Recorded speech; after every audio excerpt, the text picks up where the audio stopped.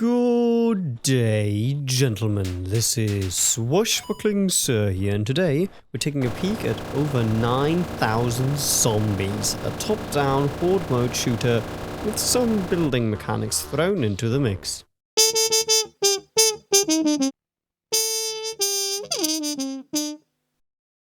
In over 9,000 zombies, we play a poor human being who's thrown into the zombie apocalypse, apparently all on his own. As you can see, the graphics are very generic in this game, so they use a pixel art. I'm not quite sure it worked out the way they wanted it to. It's not that pretty, is it? The music varies a little. There's some very good tracks in the background that underline the action going on the screen. However, the sound effects, so the weapons and the grenades, they are really weak and sound like pea shooters to me.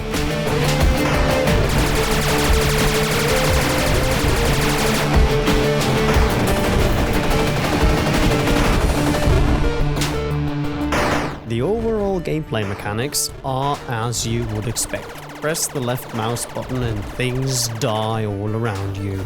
You get occasional weapon drops which you can pick up, and usually there's no reason to switch back to earlier weapons because the later drops are much better than the earlier ones.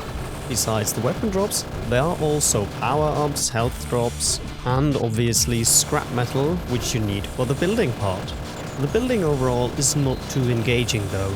There are basically two types of barricades and a couple of turrets, which kind of take the fun out of a horde game, but I'll come to that a little later. Let's talk enemy variety. The enemy variety increases the further you get along into the game, which would be expected. However, the enemies really do not change much. I mean, they'd have some different abilities, so the flame zombies, for example, they are quite different because they have a ranged attack. However, even the flying enemies can't go over barricades, so that's kind of weird. So it doesn't feel like much changes when you're actually progressing. Now, besides the lacking enemy variety, there's one huge problem with over 9,000 zombies, which is the combination of a horde mode with basically a tower defense game. In a horde mode game, you're usually on the run. You are vulnerable, but you have high damage output, so it's very dynamic. Tower defense, usually your towers are invulnerable and is very static. And now you try to combine these two mechanics into a game where you want to move around because it gets boring just standing about the same place. However, the building mechanics force you to be in one place, otherwise you wouldn't survive the later levels. Therefore, this combination in my mind doesn't really work that well together.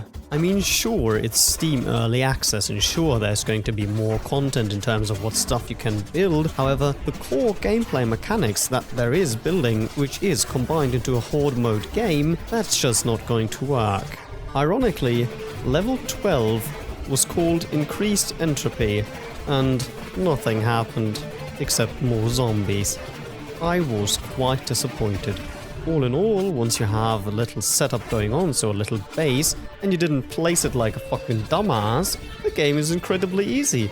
Just don't leave your base, unless the wave is over, grab the scrap that's on the floor, build up the defenses again, and you are said and done. Very, very tedious indeed. At this current state, and probably also for future releases, I personally would not recommend over 9,000 zombies. Thanks for watching. I'm SwashbucklingSir. Have a great day. Goodbye.